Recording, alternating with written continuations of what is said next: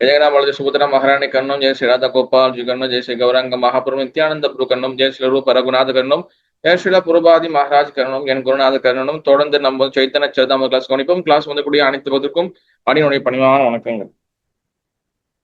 ஹரே கிருஷ்ணா பிரணாம ஹரே கிருஷ்ணா வணக்கங்கள். ஒரு நிமிஷம் சொல்லுங்க. ஓகே, என்னோட சவுண்டு விஷுவல் எல்லாம் கரெக்டா தெரியுதா? ஓகேவா? கிளியராக்கா? ஓகே கரெக்டா இருக்கு. Okay, thank you. ஓகே, இன்னைக்கு பாத்தீங்கன்னா சைத்தன்யா சரிதாமிருதா அத்தியாயம் 1. இன்னைக்கு நம்ம பார்க்கக்கூடிய பார்க்க போறோம். யார் சொல்ல முடியும்? சாப்டர் 1 ஆதிலீலா சாப்டர் 1 டெக்ஸ்ட் என்னது? ஸ்லோகம் சொல்ல முடியும்? ட்ரை பண்றீங்களா?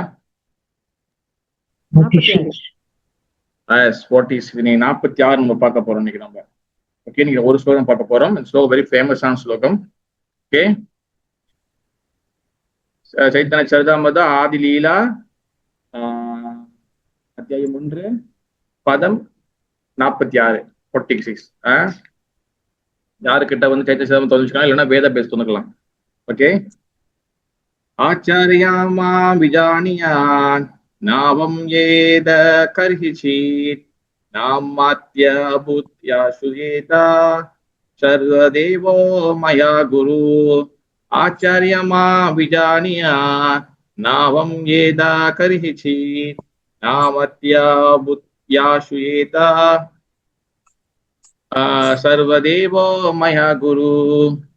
ஓகே, மொழிபெயர்ப்பு. நான் மொழிபெயர்ப்பு தமிழ்ல, நானே ஆச்சாரியராக விட்டுள்ளேன் என்பதை உணர்ந்து ஒருவன் அவரை எவ்விதத்திலும் அவமதிக்க கூடாது. அவர் அனைத்து தேவர்களின் பிரதிநிதி என்பதால் அவரை ஒரு சாதாரண மனிதராக எண்ணிவிட அவரிடம் பொறாமைப்படுத்துதல் கூடாது. ஓகே, இங்கிலீஷ்ல ஒரு படிங்க. ஹரே கிருஷ்ணா. வாட் இஸ் இங்கிலீஷ்ல டிரான்ஸ்லேஷன் ஒரு படிங்க.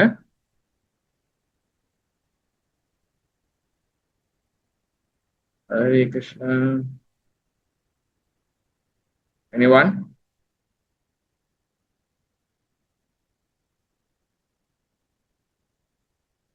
Hare Krishna, English அப்படிங்க. இல்லையா? யாரும் இல்லையா? சரி. ஏசிய பக்தி வேதாந்த சுவாமி ஸ்ரீலா பிரபாதி மகாராஜ் பொருளுக்கு ஜெய். ஸ்ரீமத் பாகவதத்தின் 11 காண்டம் 17வது ஸ்லோகம் 17வது ஸ்லோகத்தில் இந்த ஸ்லோகம் 4 சமுதாய மற்றும் ஆன்மீக பிரிவுகளை பற்றி உத்தவர் வினவிய போது பகவான் கிருஷ்ணனால் பேசப்பட்டதாகும்.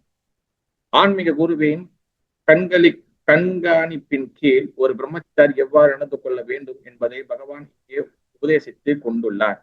ஆன்மீக குரு என்பவர் தமது சீடர்களால் வழங்கப்படும் வசதிகளை அனுபவிப்பவர் அல்ல.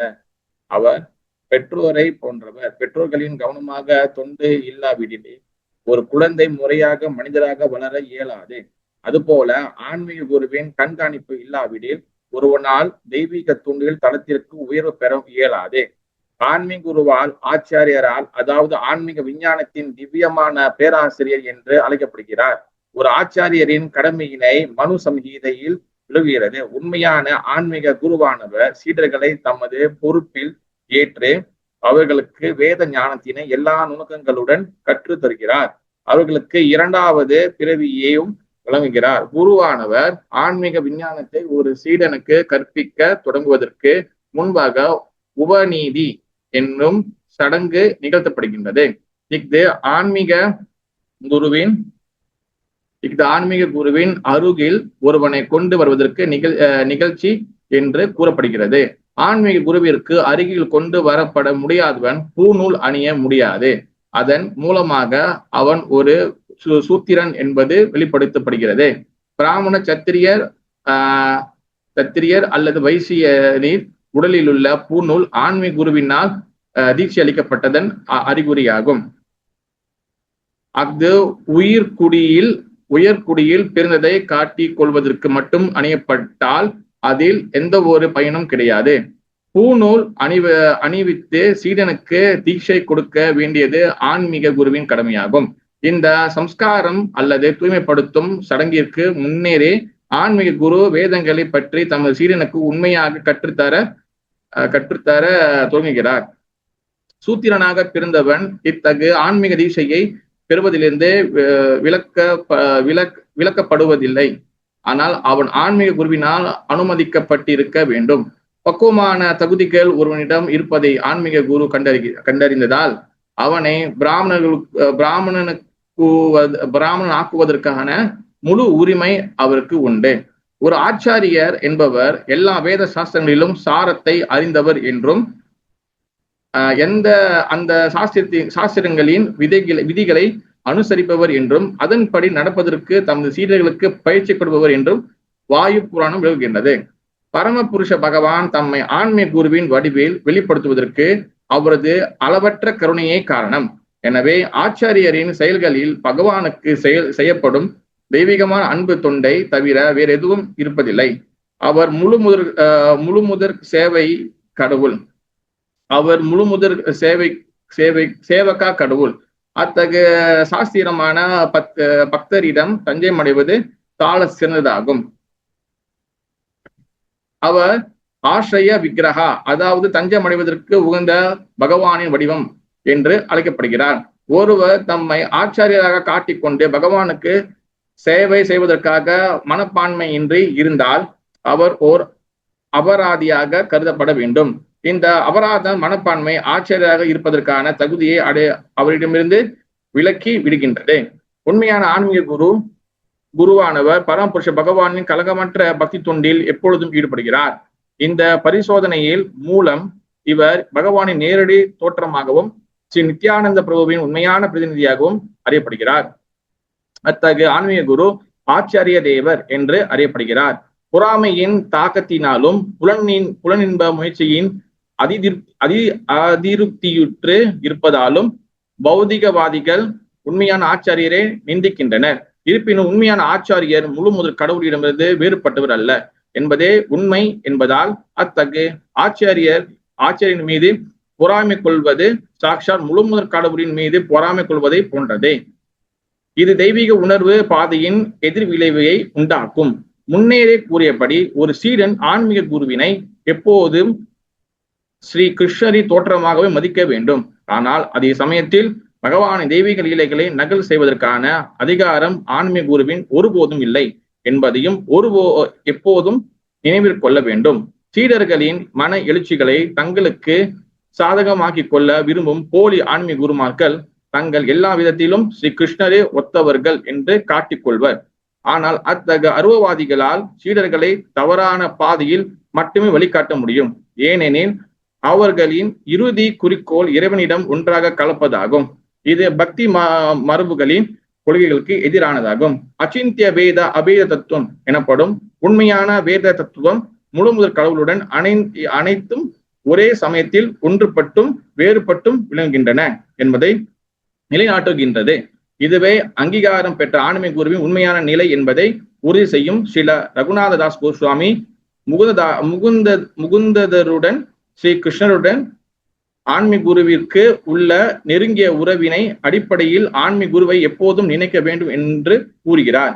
ஆன்மீக குருவை சிவபெருமானையும் முழு முதற் கடவுளுக்கு சமமாக காணும் தூய பக்தனின் பார்வை அவர்கள் பகவானுடன் மிகவும் நெருங்கியவர்கள் என்பதை அடிப்படையாக கொண்டது என்று அவருடன் எல்லா விதத்திலும் சமமானவர் அல்ல என்று சில ஜீவ கோஸ்வாமி தமது பக்தி சந்தர்ப்பத்தில் தெளிவாக விளக்கியுள்ளார்.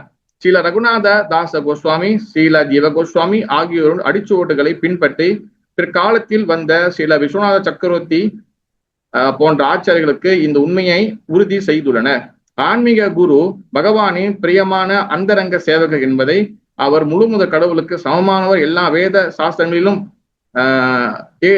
ஏற்கப்பட்டுள்ளார் என்று ஸ்ரீல விஸ்வநாத சக்கரவர்த்தி தாக்கூர் ஆன்மீக குருவிற்கான தமது பிரார்த்தனையில் உறுதி செய்கிறார்.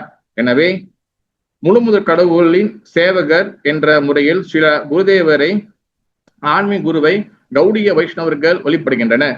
பக்தி தொண்டு பற்றி எல்லா புராதன இலக்கியங்களில் மட்டுமின்றி சில நரோத்தமதாஸ் தாக்கூர், சில பக்திவினோத் தாக்கூர் மற்றும் இதர கலகமற்ற வைஷ்ணவர்களின் சமீப கால பாடல்களின்படியும் ஆன்மீக குருவானவர் ஸ்ரீமதி ராதாராணியின் அந்தரங்க சேவையாளர்களில் ஒருவர் ஆவார், அல்லது சில நித்யானந்த பிரபுவின் பிரதிநிதிக்கு தோற்றமாக எப்பொழுதும் கருதப்படுகின்றார். Yes, very long purport. ஆச்சாரியா மாம் விஜானியம் நாவம் ஏத கரிஷித் நாமத்திய புத்யா யாசுயேதா சர்வ தேவோ மயா குரு. ஹரே கிருஷ்ணா. ஓகே, சைத்தன்ய சரிதாமிர்தம் வெறும் சாதாரண புஸ்தகம் இல்ல, மிகப்பெரிய உயர்ந்த சாஸ்திரம். அதை நம்மளோட சொந்த அறிவால படிச்சு புரிஞ்சு கொள்ள முடியாது. சில விஸ்வநாத் சக்கரி தாக்கூர், ஸ்ரீ கிருஷ்ணதாஸ் கவிராஜ் கோஸ்வாமி இந்த புஸ்தகம் ஆச்சாரியார், ஸ்ரீல புரோபாதர், ஸ்ரீ சைத்தன்ய மகாபிரபு, சட் கோஸ்வாமி அவங்க கருணையுடன் இந்த புஸ்தகத்தை படிக்கணும்னு சொல்லி நம்ம பிரார்த்தனை பண்ணிக்குவோம். ஹரே கிருஷ்ணா ஹரே கிருஷ்ண கிருஷ்ண கிருஷ்ண ஹரே ஹரி ஹரே ராம் ராம் ராம் ஹரி ஹரி. ஓகே, இப்ப சைத்தன்ய சரிதாமிர்த இந்த ஸ்லோகத்துல பாத்துக்கிட்டீங்கன்னா இந்த புக்கோட ஆச்சாரிய பாத்தீங்கன்னா சில கிருஷ்ணதாஸ் கவிராஜ கோஸ்வாமி. அவர் தொடர்ந்து குருக்கு வந்தனங்கள், குருக்கு நமஸ்காரங்கள், குருக்கு பிரணம் அந்த மாதிரி அவங்க போற்றி புகழ்ந்துட்டு வராரு. அப்படி வரும்போது இப்ப குருவோடைய பெருமைகளை பத்தி பேசிட்டு வராரு. ஒரு ஆன்மீக குருவோட பெருமைகளை பத்தி அவர் சொல்லிட்டே வராரு. அப்ப இதுல பாத்தீங்கன்னா ஸ்ரீமத் பாகவதம் 11ஆவது காண்டம் 17ஆவது அத்தியாயம் 27ஆவது ஸ்லோகத்துல சொல்றபடி ஆச்சாரியமா விஜானியம். ஆச்சாரிய மீன்ஸ் பாத்தீங்கன்னா ஆன்மீக குரு. மாம்னா எண்ணெய், ஓகேவா. விஜானியனா அறிய வேண்டும். அதாவது பகவான் ஸ்ரீ கிருஷ்ணர் பாத்தீங்கன்னா பாகவதத்துல 11ஆவது காண்டத்துல பாத்தீங்கன்னா அவர் இந்த ஸ்லோகத்தை யாருக்கு சொல்றாருன்னா ஆன்மீக குருவின் ஓகே பகவான் கிருஷ்ணர் சொல்றாரு இது, ஓகேவா. அப்ப இந்த ஸ்லோகத்தை பகவான் உத்தவருக்கு சொல்றாரு. அதாவது பாத்தீங்கன்னா ஒரு குருவை, ஒரு ஆன்மீக ஆச்சாரியர, சாதுவ குரு ஸ்தானத்துல இருக்கிறவங்களை எனக்கு என்ன மரியாதை கொடுக்குறீங்களோ, அதாவது கிருஷ்ணருக்கு என்ன மரியாதை கொடுக்குறீங்களோ அதே மரியாதை நம்ம ஆன்மீக ஆச்சாரியர்களுக்கும் குருமார்களுக்கும் நம்ம கொடுக்கணும் அப்படின்னு சொல்லி பகவான் இந்த ஸ்லோகத்தை உத்தவர்கிட்ட சொல்றாரு 11ஆவது காண்டத்துல ஸ்ரீமத் பாகவதத்துல. அதே ஸ்லோகம் இங்க பாய்க்கப்பட்டிருக்கு. இதுல என்ன அர்த்தம் என்னதுன்னா, நானே ஆச்சாரியாக வீட்டுள்ளேன், நான் தான் ஆச்சாரியாக வரேன் அப்படின்னு சொல்லி அவர் சொல்றாரு என்பதை உணர்ந்து, நான் தான் ஆச்சரியா வரேன் அப்படின்னு சொல்லி நீங்க உணர்ந்து ஒருவர் அவர் எவ்விதத்திலும் அவமதிக்க கூடாது. எந்த விதத்திலும், எந்த காலகட்டத்திலும், எந்த சிச்சுவேஷன்லையும், எந்த சூழ்நிலையா இருந்தாலும் ஆச்சாரியர்கள் குருமார்களை நிந்திக்க கூடாது. அவர் அனைத்து தேவர்களின் பிரதிநிதியாக என்பதா ஒரு ஆன்மீக ஆச்சாரியர், ஒரு பியோர் டிவோட்டி, சுத்தமான ஆச்சாரியர், உத்தம அதிகாரி ஆச்சாரியர் பாத்தீங்கன்னா அவர் உடம்புல பாத்தீங்கன்னா 33 கோடி தேவர்களுக்கும் அவர் உடம்புல இருக்கிறாங்க. என்னோட அவர் எல்லா தேவர்களுக்கும் அப்பாற்பட்டவர் அப்படின்னு உணர்ந்து அவர் ஒரு சாதாரண மனிதராக எண்ணி அவரிடம் பொறாமைப்படுதல் கூடாது. அவர் ஒரு சாதாரண மனிதனாக பார்க்க கூடாது. எஸ், இதை பகவானே இது டிக்ளேர் பண்ற, பகவானே இதை சொல்றாரு. இதை பாத்தீங்கன்னா திருப்பி இந்த சைத்தன்ய சரிதாமிர்தம் முக்கியமா இந்த ஸ்லோகத்துல கொண்டு வந்திருக்கிறாங்க. எஸ், பாத்தீங்கன்னா ஆச்சாரியர் என்பவர் பாத்தீங்கன்னா ஆன்மீக குரு தான் ஆச்சாரிய சொல்லுவோம். சும்மா எல்லாத்தையும் நம்ம ஆச்சாரிய சொல்ல முடியாது. ஆச்சாரியனா பாத்தீங்கன்னா நடைமுறையில அவர் பயிற்சி பண்ணி, அவர் பிராக்டிஸ் பண்ணி அதை தன் வாழ்க்கையில செயல்படுத்தி அது உதாரணமா வாழ்ந்து காட்டி அது மற்றவங்களுக்கு பிரச்சாரம் பண்றதுதான் ஆச்சாரியார். அப்ப இதுல பாத்தீங்கன்னா பொருள் கொஞ்சம் சொல்லியிருக்கிறார். அதை பார்த்துட்டு அப்புறம் இன்னும் நம்ம மேல நிறைய விஷயங்கள் நம்ம டிஸ்கஸ் பண்ணலாம். ஓகேவா. உண்மையான ஆன்மீக குருவானவர் சீடர்களை தமது பொறுப்பில் ஏற்று அவர்களுக்கு வேத ஞானத்தின் எல்லா நுணுக்கங்களுடன் கற்றுத்தருகிறார். அவரது 2வது பிரிவினையும் ஓகே. ஆச்சாரியர் பாத்தீங்கன்னா சீடர்களை பாத்தீங்கன்னா வழி நடத்துறாரு. ஓகேவா. சீடர்களை அக்செப்ட் பண்ணிக்கிறாரு. ஓகேவா. நிறைய பேர் பாத்தீங்கன்னா சிஷ்யர்களை எடுத்துக்கிறது ரொம்ப ஃபேமஸ் நினைப்பாங்க. இவரு நிறைய சிஷ்யர்களை எடுத்துக்கிறது பாத்தீங்கன்னா அது நாட் ஈஸி. ஓகேவா. குரு பாத்தீங்கன்னா குரு என்றது வார்த்தை பாத்தீங்கன்னா குனா பாத்தீங்கன்னா இருட்டு, ரூனா வெளிச்சம். அந்த இருட்டான இருட்டான அந்த அறியாமை நம்மளுக்கு பாத்தீங்கன்னா இருட்டு பாத்தீங்கன்னா ஒரு அறியாமையை குறிக்கும். நம்ம எல்லாம் பாத்தீங்கன்னா முழுக்க நம்மளோட மைண்டு, மனசு, புத்தி, சிந்தனைகள் இதெல்லாம் பாத்தீங்கன்னா அறியாமையில மூழ்கி இருக்கு. நான் தான் இந்த உடம்பு, நான் தான் இதெல்லாம் பண்றேன், எனக்கு மட்டும் தான் இந்த பிரச்சனைகள்லாம் வருது, எனக்கு மட்டும் தான் கடவுள் வந்து எனக்கு இது கொடுக்குறாரு அப்படி சொல்லி நினைக்கிறது எல்லாமே வந்து பாத்தீங்கன்னா மாயா அந்தக்கா. எல்லாமே வந்து பாத்தீங்கன்னா எல்லாமே வந்து இக்னோரன்ஸ், அறியாமையின் குணங்கள். இது எல்லாமே வந்து இருட்டுக்கு சமம். இது பேர் தான் வந்து பாத்தீங்கன்னா கு சொல்லுவாங்க. ரூனா வந்து பாத்தீங்கன்னா அந்த இருட்டுல இருந்து நம்மளை வந்து விடுவிப்பவர், நம்ம இருட்டுல இருந்து நம்மளை வந்து நம்ம மனசுக்குள்ள இருட்டெல்லாம் வந்து வெளியாக்குறவர், டிஸ்பேர் சொல்லுவாங்க. அவர்தான், அது பேர் தான் ரூ. அப்ப வந்து குருன்னா என்ன அர்த்தம்னா நம்மள அறியாமை என்ற பாதையில இருந்து வெளியாக்கி நம்மளை வந்து உண்மையான ஆன்மீக சிந்தனையோட பாதையை கொண்டு வருவதுதான் குரு. ஓகே, இப்ப அந்த குரு வந்து பாத்தீங்கன்னா கண்டிப்பா வந்து சீடர்கள் எடுத்துக்கிறாங்க. சீடர்கள் எடுத்துக்கிறது சாதாரண விஷயம் இல்ல. அவங்க எடுத்துக்கும் போது அவங்களோட சேர்த்து அந்த சீடர்களுடைய முந்தைய பிரிவுல அவங்க செய்த பாவத்தையும் குரு மாதிரி தான் எடுத்துக்கிறாங்க. நம்மளுடைய நல்ல ஞாபகம் வச்சுங்க, நம்மளுடைய சொந்த கணவன் மனைவி பிள்ளைங்க கூட நம்மளுடைய எல்லா வகையான பாவத்தையும் யாரும் எடுக்கிறது கிடையாது. யாருமே நம்மளுடைய பாவங்களை வந்து எடுக்கிறது கிடையாது.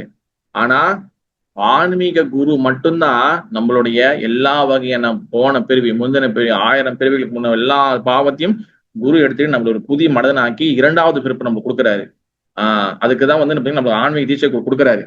அடுத்து சொல்றாரு பாருங்க, புரோபா என்ன சொல்றாருன்னா, ஆன்மீக விஞ்ஞானத்தை ஒரு சீடனுக்கு கற்பிக்க தொடங்குவதற்கு முன்பாக உபநீதி என்னும் சடங்கு நிகழ்த்தப்படுகின்றது. இஃது ஆன்மீக குருவின் அருகில் ஒருவனை கொண்டு வருவதற்கு நிகழ்ச்சி என்று கூறப்படுகின்றது. எஸ், உபநீதி சொல்லுவாங்க, இல்லைன்னா வந்து பாத்தீங்கன்னா உபநயனம் அப்படின்னு சொல்லுவாங்க. உபநயனம்னா என்ன அர்த்தம்னா பூநூல் கொடுக்கிற ஃபங்க்ஷன், இல்லைன்னா வந்து தீட்சை கொடுக்கக்கூடிய ஃபங்க்ஷன். ஆன்மீக குருவிற்கு அருகில் கொண்டு வர முடியாதவன் பூநூல் அணிய முடியாது. ஓகே, அடுத்து சொல்ற பாருங்க, அதன் மூலமாக அவன் ஒரு சூத்திரன் என்பது வெளிப்படுகின்றது. பிராமண, சத்திரிய அல்லது வைசியன் உடலில் உள்ள பூநூல் ஆன்மீக குருவினால் தீட்சை அளிக்கப்பட்டதன் அறிகுறியாகும். அஃது உயர்குடியில் பிறந்ததை காட்டிக் கொள்வதற்காக மட்டும் அணியப்பட்டால் அதில் எந்த ஒரு பயனும் கிடையாது. எஸ், ரொம்ப வெரி கிளியரா சொல்லிக்காருங்க. என்னன்னா பூநூல் அணியிறது, பூநூல் வந்து பாத்தீங்கன்னா அது வந்து உபநயனம் இல்ல உபநீதி அப்படின்னு சொல்லுவாங்க. அதாவது வந்து பாத்தீங்கன்னா நம்மளுக்கு வந்து பாத்தீங்கன்னா தீட்சை கொடுக்கறது. நமக்கு வந்து கௌடிய வைஷ்ணவ சம்பிரதாயத்துல நம்மளுக்கு 2 வகையான தீட்சைகளுக்கு ஆன்மீக குரு மக்கள் கொடுக்குறாங்க. ஒண்ணு வந்து பாத்தீங்கன்னா ஹரிநாம தீட்சை. வெறும் வந்து நம்மளுக்கு வந்து ஃபர்ஸ்ட் வந்து நம்மளோட பாவத்தெல்லாம் எடுத்துட்டு நம்மளுடைய எல்லா வகையான பாவத்தையும் அவர் எடுத்துக்கிறாரு, அக்னி சாட்சியாக எடுத்துக்கிட்டு, பிறகு நம்மளுக்கு வந்து பாத்தீங்கன்னா ஒரு புது பேரு, புது ஜபமாலை, நம்மளுக்கு பக்தி என்ற விதையை கொடுக்குறாரு. அதுதான் வந்து பாத்தீங்கன்னா ஹரிநாம தீட்சை. அதை பத்தி ஏற்கனவே பேசியிருக்கோம். அந்த ஹரிநாம தீட்சையில வந்து பாத்தீங்கன்னா என்ன நடக்குது, யாரும் சொல்ல முடியும்? ஹரிநாம தீட்சை மூலியமாக, ஃபர்ஸ்ட் தீட்சை மூலியமா குரு நம்மளுக்கு என்ன பண்றாரு, யாரும் சொல்ல முடியும்? ஹரே கிருஷ்ணா.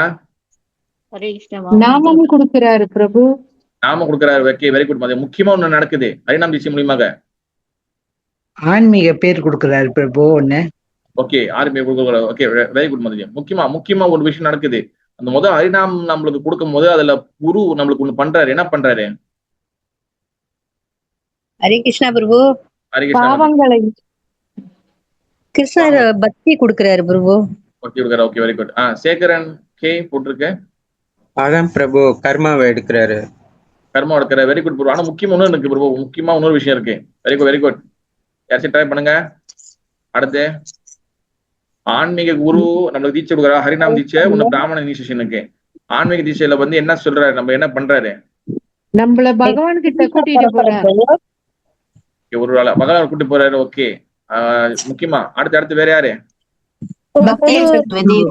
ஹரே கிருஷ்ணா பிரபு. ஹரே கிருஷ்ணா. நீர்குணா கைத்திரி மாதிரி சொல்லுங்க. நீர்குணா கைத்திரி மாதிரி சொல்லுங்க. ஹரே கிருஷ்ணா பிரபு.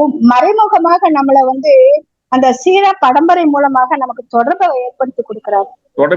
Okay, very good. ஓகே மதஜி. நீ அடுத்து வேற யாரு? வள்ளி மதஜி சொல்லுங்க. பக்தி என்னும் விதையை கொடுக்கிறாரு பிரபு. பக்தி என்ற விதையை கொடுக்கிறாரு. Very good. ஆனா முக்கியமான ஒண்ணு அடுத்தது வேற யாரு? நிறைய பேர் சொல்லுங்க. நெக்ஸ்ட் சொல்லுங்க பிரபு. இருட்டை நாளைச்சு ஞானத்தை கொடுக்கிறார், நம்மளுக்கு அறிவை கொடுக்கிறாரு. ஞானத்தை. ஓகே, தமயந்தி மதஜி, தமயந்தி மாதிரி சொல்லுங்க. பிரபு அவர் 4 கோட்பாடு இது கேட்பாரு. அப்புறம் பிரீச்சிங் பத்தி செய்ய சொல்லுவாரு. அப்புறம் வந்து என்ன சொல்லுவாரு, முக்கியம் ஒண்ணு பண்றாரு. ப்ரிப்பேர் நெக்ஸ்ட் லெவல் போட்டிருக்காங்க டெக்ஸ்ட்ல. ஓகே, வேற யாரு? கமலா சுசிலிகா மாதிரி சொல்லுங்க. பிரபு புது புது வாழ்க்கையை நமக்கு கொடுக்கிறார் பிரபு, எல்லா பாவங்களையும் ஆனா எடுத்துட்டு. முக்கியமா உனக்கு சொல்றாரு, இதே வந்து இப்ப சென்டர் ப்ரோக்ராம் இருந்துச்சுன்னா யார் நல்லா பதில் சொல்றாங்களோ அவங்களுக்கு வந்து டபுள் பிரசாதம் இன்னைக்கு. சரி, ஒரு முக்கியமா நீங்க சொன்னது எல்லாமே ரைட். ஆனா முக்கியமா ஒண்ணு நடக்குது. அரிநாம தீட்சையில தான் முக்கியமான விஷயமே அரிநாம தீட்சை தான். பிராமின் இனிஷியேஷன் கூட 2வது தான். அது வந்து விருப்பப்பட்ட எடுத்துக்குவாங்க, விருப்பம் இல்ல இனிஷியேஷன் வந்து விகித சேவை வந்து எடுத்துக்குவாங்க. ஹரே கிருஷ்ணா பிரபு. சொல்லுங்க கல்யாணம். 16 மாலை ஹரிநாமம், இது மகாமந்திரம். ஓகே ஓகே, வெரி குட் மதி. ஆனா நான் ஒரு முக்கியமான விஷயம் நடக்குது. அது என்னதுன்னா நான் சொல்லிடுறேன். கடைசியா சொல்லுங்க சேகரன் பிரபு. புதிய பிறப்பு கொடுக்கிறாரு பிரபு. புதிய பிறப்பு கொடுக்கிறாரு. வெரி குட், வெரி குட் பிரபு. ஆனா முக்கியமா ஒரு விஷயம், புதிய பிறப்பு. ஓகே, புதிய பிறப்பு கொடுக்கிறாரு. வெரி குட் பிரபு, வெரி குட். ஆனா முக்கியமான விஷயம் வந்து என்ன ஆகுதுன்னா, நல்லா கேட்டுக்கணும். முக்கியமான விஷயம் என்ன நடக்குதுன்னா, நம்மளுக்கு வந்து பாத்தீங்கன்னா ஹரிநாம் தீட்சை மூலியமாக நம்மளுக்கு பேரு கொடுக்குறாரு, ஜபமாலை கொடுக்குறாரு, புதிய பிறப்பு கொடுக்குறாரு, நம்ம பாவத்தில் நடத்துக்கிறாரு, இதெல்லாம் ஓகே. முக்கியமா இந்த ஹரிநாம் தீட்சையில் நம்மளுக்கு என்ன நடக்குதுன்னா, குரு நம்மளைய கிருஷ்ண கிட்ட சம்பந்த ஞானம் கொடுக்குறாரு. இதுதான் ஃபர்ஸ்ட். இந்த நம்ம பாவத்தெல்லாம் வாங்கிட்டு நம்மளுக்கு தீட்சை கொடுக்குறாரு. இது என்னது? ஹரிநாம் தீட்சை தான் நம்மளுக்கு சம்பந்த ஞானம். சம்பந்த ஞானம் வந்து பாத்தீங்கன்னா நம்மளை வந்து கிருஷ்ண கிட்ட கனெக்ட் பண்ணி விடுறாரு. அதுக்குதான் இந்த ரூல்ஸ் எல்லாமே. இந்த ரூல்ஸ் எல்லாமே அதுக்குதான். என்னது? ஹரிநாம் தீட்சை, இந்த ஜபமாலை, அப்புறம் வந்து நம்மள வந்து கண்டி மாலை போறது, இது எல்லாமே வந்து சம்பந்த ஞானம். ஏன் அவர் சொல்றாரு, 4 கோட்பாடை ஃபாலோ பண்ணப்பா. மது, மாது, சூது, புலா, no meat eating, no gambling, no intoxication, no illicit sex, இது 4த்தையும் வந்து ஃபாலோ பண்ணு. பிறகு வந்து நாம ஜபம் பண்ணு. பிறகு வந்து கோயில்ல போய் சேவை செய்யி, அசோசியேஷன் பண்ணு. இதெல்லாம் வந்து குரு பிறகு சொல்றாரு. இதெல்லாம் எதுக்காக? நம்மள தொடர்ந்து சம்பந்த ஞானம் வர்றதுக்காக சொல்றாரு. ஃபர்ஸ்ட் வந்து ஹரிநாமம் சம்பந்த ஞானம். அதுக்கப்புறம் தான் வந்து பாத்தீங்கன்னா பூநூல் போறத 2வது விஷயம் சொல்லுவோம் நம்ம. அது வந்து என்னன்னா பிராமின் இனிஷியேஷன் சொல்லுவோம். அதுதான் வந்து பாத்தீங்கன்னா சில நம்ம சம்பிரதாயத்துல ஹரிநாம் தீட்சை எடுத்துட்டு நம்ம பிராமின் போடுவோம். சில ஸ்ரீ வைஷ்ணவ சம்பிரதாயத்துல வந்து பாத்துக்கிட்டீங்கன்னா அவங்க சின்ன வயசுல உபநயனம் சொல்லி செய்வாங்க. சின்ன வயசுல அவங்க வந்து என்ன பண்ணுவாங்க, ஒரு 8 வயசு 7 வயசு இருக்கும்போது பிள்ளைங்களுக்கு உபநயனம் செய்வாங்க, பூநூல் போட்டு விடுவாங்க. இங்க புறபாயம் சொல்றாருன்னா, பிராமண, சத்திரிய, வைஷ்யன், இந்த 3 கேட்டகரி, மொத்தம் 4 குரூப் இருக்கு மனித குலம். பிராமணனா வந்து பாத்தீங்கன்னா உயர்தரமானவங்க, ஓகேவா, பகவான சேவை செய்வாங்க. பிராமண, சத்திரியனா வந்து பாத்தீங்கன்னா அட்மினிஸ்ட்ரேஷன், அதாவது வந்து பாத்தீங்கன்னா பொலிட்டிக், அரசியல், அதாவது வழி நடத்துறது, மேனேஜ் பண்றது, இந்த சோல்ஜர்ஸ், இவங்கெல்லாம் வந்து சத்திரியா.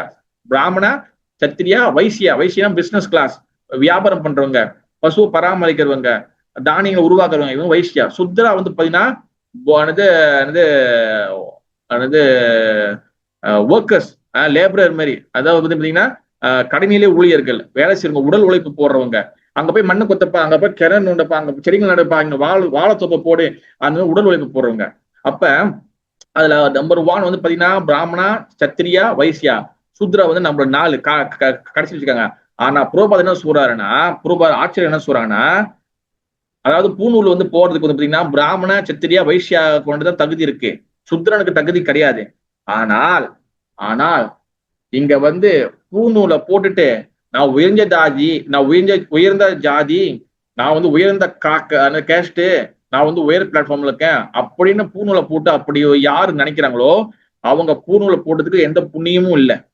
அதாவது வந்து இங்க என்ன சொல்ல வர, நான் புரோபாத் ஆச்சரியம் என்ன சொல்ல வர, நல்லா தெளிவா புரிஞ்சுக்கணும். என்ன புரிஞ்சுக்கணும்? தட்ஸ் வை தத்துவ which are very very important. அதாவது வந்து பாத்தீங்கன்னா பூநூல் போட்டுவன் உயர்ந்தவன், பூநூல் போடாதவன் வந்து சுத்ரன் சொல்ல வரல. பிறப்பால யாரையும் இங்க பிரிக்கப்படல. அதாவது பாத்தீங்கன்னா பகவான் கிருஷ்ணன் பகவத்கீதை தெளிவா சொல்றாரு. போல குண கர்ம விபாகம், குணத்தின் அடிப்படையில் தான் ஒருத்தன் வந்து அந்தந்த சத்திரன் ஆவரா, வைசியன் ஆவரா, சுத்ரன் ஆவரா, பிராமணன் ஆவரா. அப்ப பூநூல் யாருக்கு போடப்படுதோ, யார் இந்த கிருஷ்ண பக்தி எடுத்துக்கிட்டாங்களோ, யார் ஒரு குரு எடுத்துக்கிட்டாங்களோ அவங்க உயர்தரமான பிளாட்ஃபார்முக்கு வராங்க. அது சுத்ரனா இருந்தாலும் சரி, அது வைசியனா இருந்தாலும் சரி, அது பிராமணனா இருந்தாலும் சரி, அவர் வந்து சத்திரனா இருந்தாலும் சரி. ஆனா பெரிய பெரிய குலத்துல பிறந்துட்டு பிராமணா பிறந்து சத்திரனா பிறந்து வைசியனா பிறந்து அவர் வந்து ஆன்மீக பாதைக்குள்ள வரல, ஒரு குரு எடுக்கலன்னா அவன் வந்து கீழ்நிலையாக கருதப்படுகின்றது. குரு எடுத்தவங்க, ஆன்மீக பாதையில வருவங்க, குருவோட பேச்சை கேட்கறவங்க, அவங்க என்னைக்குமே வந்து உயர்தரத்தை சேர்ந்தவங்க. குரு பேச்சை கேட்காதவங்க, குரு வழியை பின்பற்றாதவங்க, குருவோடைய சேவைக்கு வந்து வராதவங்க, அவங்க என்னைக்கும் வந்து பாத்தீங்கன்னா கீழ்நிலையா கருதப்படுது. அதுதான் இங்க ஆட்சியர் சொல்றாங்க. வெறும் வந்து ஒரு 2 வெள்ளி 3 வெள்ளிக்கு ₹1 2 பூ நூலை வாங்கி வெள்ளை நூலை போட்டு இந்த உடம்புல போட்டா அதுக்கு வந்து பிராமின் இனிஷியேஷன் ஆயிராது. அது தகுதி கிடையாது. பிராமின் இனிஷியேஷன்னா வந்து என்ன அது? ஜென்மனா ஜாயிதே சுத்தரா சம்சார பவே துஜா வேத பாட விப்ரா பிரம்ம இதி பிராமணா. பிராமினிசேஷன் என்னதுன்னா நம்மளுக்கு பிராமண குவாலிட்டி கொடுக்குறாங்க ஆன்மீக ஆச்சாரியர்கள். அது என்னதுன்னா ஜென்மனா ஜாயிதே சுத்தரா. நம்ம பிறக்கும் போது நம்ம எல்லாருமே சுத்தர்கள் தான், எல்லாருமே கீழ்நிலை தான். நான் உயர்ந்த ஜாதி, நான் பெரியவன், நான் வந்து பணம் இருக்கு, எல்லாமே பிறக்கும் போது எல்லாமே சுத்தர்கள் தான், கீழ்நிலையில் தான். இது மகாபிரபு சொல்லிட்டாரு, அடி சொல்லிட்டாரு. பிரம்மனா ஜாயிதே சுத்ரா சம்சார பவே தியூஜா. சம்ஸ்காரங்களுக்கு பாருங்க 14 சம்ஸ்காரங்களுக்கு பிள்ளை பேபி பிறக்குறதுல ஆரம்பிச்சு அவங்களுக்கு முடி எடுக்கிறதுல ஆரம்பிச்சு அவங்களுக்கு தோடு குத்துறது, காது குத்துறது, அவங்களுக்கு வந்து உருவ சம்ஸ்காரங்களுக்கு குருகுலம் இதெல்லாம் செய்யும் போது சம்சார பவே நம்ம வந்து 2வது பிறப்பு பிறக்கிறோம். அதாவது வந்து அம்மா மூலியமாக பிறந்த பிறப்பு ஒண்ணு, பிறகு வந்து பாத்தீங்கன்னா அந்த சம்ஸ்காரத்துல குரு எடுக்கணும். குருனால நமக்கு வந்து 2வது பிறப்பு நமக்கு கிடைக்குது, நமக்கு புது பேர் கிடைக்குது, புது வாழ்க்கை கிடைக்குது. அப்புறம் 3வது வந்து வேத பாட விப்ரா. வேதங்கள் படிக்கும் போது நம்ம வந்து சாசனம் கத்துக்கும் போது நான் விப்ரனா ஆகணும். விப்ரனா வந்து என்னதுன்னா நாலேஜபிள் பர்சனா மாறுறோம். அடுத்து வந்து பாத்தீங்கன்னா அந்த படிச்ச நாலேஜை வச்சுக்கிட்டு பிரம்ம இதி பிராமணா. பிரம்மத்தை யாரு உணர்றாங்களோ, பிரம்மன்னா என்ன அர்த்தம்? பரம் பிரம்மா, பரம்தாமா, பவித்ரம், பரமம் பவான். யார் வந்து பரம் பிரம்மத்தை வெறும் வந்து ஜோதி தான் கடவுள், பரமாத்மா தான் கடவுள் அப்படின்னு உணராம பரம்பிரம்மத்தை யார் உணர்றாங்களோ பிரம்ம இதி பிராமணா. இதுதான் பிராமண குவாலிட்டி. பிராமணன் செய்ய வேண்டிய 6 வேலைகள் வந்து என்னது யாருக்கு தெரியும்? பிராமணன் செய்ய வேண்டிய 6 வேலைகள் இருக்கு, 6 விஷயங்கள் இருக்கு. யார் ட்ரை பண்றீங்க? ட்ரை பண்றீங்களா? பிராமணனோட குவாலிட்டி வந்து சொல்லிட்டேன். பிராமணன் செய்ய வேண்டிய டியூட்டி வேலை வந்து என்னது? 6 இருக்கு. படன் பாடன் யஜன் யாஜன் தான பரிக்கிரகா. படன் பாடன் தான் வந்து சாஸ்திரங்களை படிக்கணும், மற்றவங்களுக்கு சொல்லி கொடுக்கணும். யஜன் யாஜன் யாகங்களை ஏற்றுக்கணும், யாகங்களை செய்யணும். யாகங்கள்னா வந்து பாத்தீங்கன்னா யஜ்யம் செய்யணும், யஜ்யங்களை கற்றுக் கொடுக்கணும். படன் பாடம் தான பரிக்கிரகா, தானத்தை பெற்றுக்கணும், மற்றவங்க கொடுக்குற அன்பு எடுத்துக்கணும், இவங்களும் மற்றவங்களுக்கு கொடுக்கணும். இதான் ஒரு பிராமணோட 6 டியூட்டி. எஸ், இதுதான் தெரிஞ்சுக்கணும். அதனால இதெல்லாம் வந்து யாரு நம்ம சொல்லி கொடுக்குறா? குரு சொல்லி கொடுக்குறாரு. என்ன அடுத்து போட்டுக்காங்க. அடுத்து வந்து பாருங்க, இதுல இந்த பொருள் வழியே அவ்வளவு இருக்கு, அவ்வளவு பூர்வ அளவு கொடுத்துருக்காரு. சூத்திரனாக பிறந்தவன் இத்தகைய ஆன்மீக தீட்சையை பெறுவதிலிருந்து விலக்கப்படுவதில்லை. ஆனால் அவன் ஆன்மீக குருவினால் அனுமதிக்கப்பட்டிருக்க வேண்டும். பக்குவமான தகுதிகள் ஒருவனிடம் இருப்பதை ஆன்மீக குரு கண்டறிந்ததால் அவனை பிராமண ஆக்குவதற்கு முழு உரிமை அவருக்கு உண்டு. ஒருத்தன் கீழ் ஜாதியில பிறந்துட்டான், சுத்திரனாக இருக்கிறான், அவன் சண்டால குலத்துல பிறந்திருக்கிறான் அப்படின்னு சொல்லிட்டு அவன் ஆன்மீக பாதைக்கு வர்றதுக்கு தகுதி இல்லை அப்படின்னு அவனை ஒதுக்குறதுக்கு யாருக்கும் இங்க அனுமதி இல்லை சொல்றாரு. யாருக்கும் இங்க அருகதை இல்லை. ஒரு குரு பார்த்து அவருக்கு தீட்சை கொடுத்துறானா அவன் வந்து உயர்ந்தவன். அதுக்கப்புறம் வேற மாற்று கருத்தே கிடையாது. No objection. ஒரு ஆச்சாரியார் என்பவர் எல்லா வேத சாஸ்திரங்களும் சாரத்தை அறிந்தவர் என்று, அந்த சாஸ்திரங்களின் விதிகளை அனுசரிப்பவர் என்று, அதன்படி நடப்பதற்கு தமது சீடர்களை பயிற்சி கொடுப்பவர் என்று வாயு புராணம் கூறுகின்றது. எஸ், சொன்னவன் பாத்தீங்கன்னா ஒரு சூத்திரன், ஒரு சண்டாளன், ஒரு கீழ்நிலை உள்ளவங்க கூட குரு வந்து அவங்க உயர்த்தத்து கொண்டு வரலாம். அது எக்ஸாக்ட்லியே நம்ம கண் முன்னுக்கு நடந்தது. சில புரோபாதர் ஆனது சில புரோபாதர் வந்து பாத்தீங்கன்னா அமெரிக்காவுக்கு போன பிறகு அமெரிக்காவில் உள்ளவங்க எல்லாத்தையும் என்ன சொல்லுவாங்கன்னா, சாஸ்திரத்துல மிலேச்சா கண்ட்ரி, மிலேச்சா மக்கள் சொல்லுவாங்க. மிலேச்சானா கீழ்நிலை ஆனவங்க, சண்டாளர்களுடைய கீழ்நிலை ஆனவங்க மிலேச்சா சொல்லுவாங்க. ஏன்னா அவங்களுக்கு வந்து நோ கல்ச்சர், அவங்களுக்கு வந்து கல்ச்சர் கிடையாது. அவங்களுக்கு வந்து பாத்தீங்கன்னா புழை இன்பத்துல அதிகமா இருப்பாங்க. So much enjoyment. அப்ப அது மட்டும் இல்லாம சோ மச் வந்து பாத்தீங்கன்னா அவங்களுக்கு வந்து மரியாதை தெரியாம நடப்பாங்க. இதெல்லாம் நிறைய நடக்கும். கல்யாணம் பண்ணாம பிள்ளை பத்துக்குவாங்க, கல்யாணம் பண்ணாம ஒன்னா இருப்பாங்க. இது மாதிரி நிறைய இருக்கும். அதனால வந்து பாத்தீங்கன்னா கல்ச்சர் சொசைட்டி. அப்ப அப்படிப்பட்ட நபர்களை வந்து புரோபாத் அவங்களுக்கு ட்ரைனிங் கொடுத்து புரோபாத் அவங்களுக்கு ஆச்சாரியர்களும் அந்த குரு ஸ்தானத்துக்கு உயர்த்திருக்கிறாரு. அப்படிப்பட்ட உயர்த்தத்துக்கு வந்தவங்களை வந்து நம்ம கண்டிப்பா மதிக்கணும். புரோபாதருக்கு வந்து அந்த தகுதி இருக்கு. ஏன்னா இட்ஸ் ஆச்சாரியா, அவர் வந்து எப்படிப்பட்டவங்களை கொண்டு வர முடியும், அதான் ஆச்சாரியருடைய தகுதி சொல்ல முடியுது. ஓகேவா? தென் ஆச்சாரியன் செயல்பாடு பகவானுக்கு தொண்டை தவிர வேதையும் ஓகே. ஆச்சாரியன் பாத்தீங்கன்னா குரு வந்து பாத்தீங்கன்னா அங்க வந்து அவருடைய குவாலிட்டி சொல்றாங்க. குருவோடைய ஆச்சாரியன்னா வந்து அவரோட குவாலிட்டி சொல்றாங்க. நம்ம அப்படியே ஒண்ணுன்னா நான் இன்னைக்கு கொஞ்சம் நோட்ஸ் எடுத்துருக்கேன். Is very heavy. இன்னைக்கு வந்து அது ரொம்ப டஃப்பான நோட்ஸ் இது. பட் நம்ம ஸ்லோலி கொஞ்சம் டிஸ்கஸ் பண்ணுவோம். எவ்வளவு போக முடியும் நம்ம போவோம். ரொம்ப டஃபா இருந்துச்சுன்னா நம்ம வந்து ஸ்லோலியா டிஸ்கஸ் பண்ணி நல்லா டைஜஸ்ட் பண்ணிக்கிட்டு பிறகு வந்து அடுத்தடுத்த பாயிண்ட்ஸ் வந்து பாத்தீங்கன்னா அடுத்தடுத்த கிளாஸ் நம்ம அப்படி டிஸ்கஸ் பண்ணுவோம். சிம்பிள் பிகாஸ் வந்து பாத்தீங்கன்னா இதெல்லாம் வந்து நான் வந்து உங்களுக்காக நான் ஏற்கனவே நான் நிறைய எழுதி வச்சது. இதெல்லாம் வந்து பாத்தீங்கன்னா ஃபுல் அண்ட் ஃபுல்லா வந்து ஒரு குருவோட தகுதி என்ன, ஒரு குருவோட விஷயங்கள் என்ன, இதெல்லாம் உள்ளுக்குள்ள இருக்கு. ஓகேவா? பகவத்கீதால வந்து பாத்தீங்கன்னா அர்ஜுனன் வந்து சொல்றாரு, என்ன சொல்றாருன்னா, நஷ்டமோகா சுதி லப்தா. கிருஷ்ணா, எனக்கு வந்து இப்ப வந்து எல்லா வகையான சந்தேகமும் போயிடுச்சு. நஷ்ட மோகா, எனக்கு மோகம் இல்ல, இப்ப எனக்கு வந்து அறியாமை இல்ல. சுதி லப்தா, எனக்கு வந்து திருப்பியும் வந்து நான் யார், நான் ஆத்மா, நான் வந்து இங்க என்ன பண்ணணும், என்னோட டியூட்டி என்னது, இந்த மின்னுக்கு நிக்கிறது என்னோட அங்காளி பங்காளி, என்னோட சொந்தக்காரன் கிடையாது, எல்லாமே ஆத்மாக்கள், இதை நான் உணர்ந்துட்டேன் அப்படின்னு சொல்லி அர்ஜுனன் சொல்றாரு. பிகாஸ் அர்ஜுன் வந்து பாத்தீங்கன்னா சிஷ்யா, கிருஷ்ணர் வந்து பாத்தீங்கன்னா குரு. அப்ப ஒரு குருவோடைய தகுதி என்னதுன்னா, சிஷ்யரை வந்து டிசைப்பிளை வந்து ஜீவாத்மக்களை வந்து அறியாமை என்ற விஷயத்துல இருந்து அவங்களை வந்து வெளிச்சமான விஷயத்துக்கு கொண்டு வரதுதான் ஒரு குருவோட வேலை. ஆனா அட் த சேம் டைம் ஒரு உயர்தரமான ஒரு ஆன்மீக ஆச்சாரியர் இருக்கிறாரு, ஒரு உயர்தரமான குரு இருக்காரு. ஆனா சிஷ்யர்கள் வந்து அப்பயும் வந்து சரியா ஃபாலோ பண்ண முடியும்னா, எப்படி ஒரு சட் குரு இருக்கிறாரு, உண்மையான குருக்கு பேர் என்னது, சட் குரு. சட்குரு ஒருத்தர் இருக்கிறாருன்னா அதே போல சட் சிஷ்யாவும் நம்ம இருக்கணும். ஒரு உண்மையான குருக்கு உண்மையான சீடனா இருந்தோமே ஆனால் நம்ம உயர்தரமான இடத்துக்கு வர முடியும். நம்மளுடைய பௌதிக வாழ்க்கையை விட்டு நம்ம உயர்தரமான விஷயங்களை வந்து அடைய முடியும். அதனால வந்து பாத்தீங்கன்னா ஒரு சட் சிஷ்யா, ஒரு சட்குருனா வந்து என்னது, உண்மையான குரு, நித்தியமான குரு. ஓகேவா? அவரு வந்து உண்மையா இருக்கும்போது நம்மளுக்கு வந்து பாத்தீங்கன்னா நம்மளும் சட் சிஷ்யாவா இருக்கணும், நம்மளும் உண்மையான சீடராக இருக்கணும். நம்மளுக்கு எல்லாருக்கும் வந்து பாத்தீங்கன்னா முக்கியமான ஒரு விஷயம் நம்ம கொடுக்கப்பட்டிருக்கு. பகவான் நம்ம இந்த பூமியில நம்ம படைக்கும் போதே நம்மளுக்கு முக்கியமான விஷயம் கொடுத்துருக்காரு. அது வந்து என்னது, இண்டிபெண்டன்ஸ், சுதந்திரம் கொடுக்கப்பட்டிருக்கு. நம்மளுக்கு சுதந்திரம், நிறைய சுதந்திரம் கொடுக்கப்பட்டிருக்கு. பகவான் நம்மளுடைய சுதந்திரத்துல நம்மளுடைய இண்டிபெண்டன்ஸ்ல நம்மளுக்கு தலையிடுறது கிடையாது. காரணம் என்னன்னா, இப்ப நினைச்சு பாருங்க, நீங்க வந்து பக்தியும் பண்ணலாம், இந்த கிளாஸும் வந்து அட்டென்ட் பண்ணலாம். இப்ப வேற 28 பேர் 30 பேர் இருக்கீங்க, இந்த கிளாஸ்ல வந்து அட்டெண்டும் பண்ணலாம், அட்டென்ட் பண்ணாம அடைச்சு போட்டுட்டு வீட்டுக்கும் போகலாம், என்ன வேணா பண்ணலாம். இண்டிபெண்டன்ஸ் நம்மளோட கையில இருக்கு, நம்மளுடைய சுதந்திரம் எல்லா இடத்துலயும் இருக்கு. ஆனா பகவான் நம்ம சுதந்திரம் ஒருபோதும் தலையிடுறது இல்லை.